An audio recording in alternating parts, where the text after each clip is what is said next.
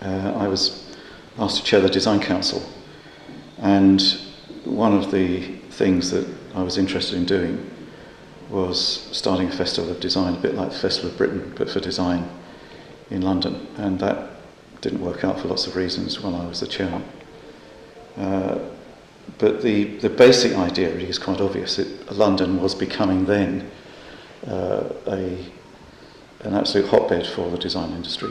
It came from a need, it came from a realisation that we had world-class design talent based in London across a broad range of disciplines, yet there was no single event to celebrate and promote that. The design industry had also, in my opinion, reached a point of maturity in the 90s, and I thought that we needed to tell the world about it and celebrate the fact that we were really good at design now, that we had an industry which was no longer just lots and lots and lots of one-man bands and tiny businesses, but it had some very, very big international players. Traditionally, the UK hasn't been very good at promoting itself or what it's good at.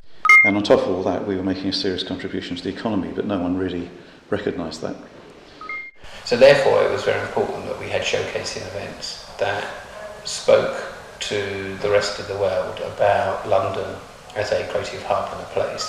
I was asked to do a lecture at the Globe Theatre, which was the Theo Crosby Memorial Lecture, and Theo, of course, was a great architect who was behind the development of the Globe with Sam Wanamaker, but sadly both of them died before it was finished.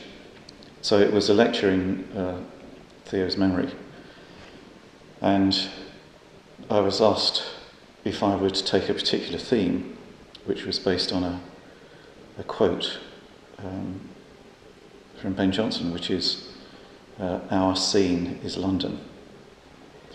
And I said, well, I'm not an expert on Shakespeare or on the theatre, so can I take that as the overall title and have a kind of subtitle, which basically is about creative London.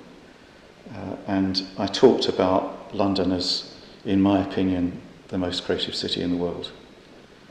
2002 this was actually. And during the talk, I called for a London Design Festival. And what I didn't realise was what would happen afterwards, because I then had people not just afterwards over drinks saying, when are you starting the festival? But then I got lots of letters and emails and phone calls saying, when's it going to happen? And I'm a great believer in the old adage, put your money where your mouth is. And I talked to one or two people, and I talked in particular to my old friend Ben Evans, who I'd worked with, interestingly, at the Design Council in the 90s. And we decided that we'd go for it, and we both decided to invest in it and make it happen. It took kind of tenacity and the will of the pair of us, and subsequently others, to kickstart this thing. And, you know, it was bloody hard, to be honest, at the beginning. It was a real struggle. It took over a year of planning, hard work, but we eventually got the first one going in September 2003 on exactly the same principle as originally, which was to celebrate and promote London as the design capital of the world, but also, very importantly, as the gateway to the UK's creative industries. We have world-class creative industries in this country, and design is, in my opinion, the engine room of the creative industries. You basically have design in just about every other sector in the description of creative industries. So design is absolutely vital to all of it. And there is no doubt that London is the gateway into this country for most people who want to work with our creative industries. It seemed to me to be a pretty obvious and simple thing to do, but lots of people didn't think it would work. Lots of people didn't really like the idea very much.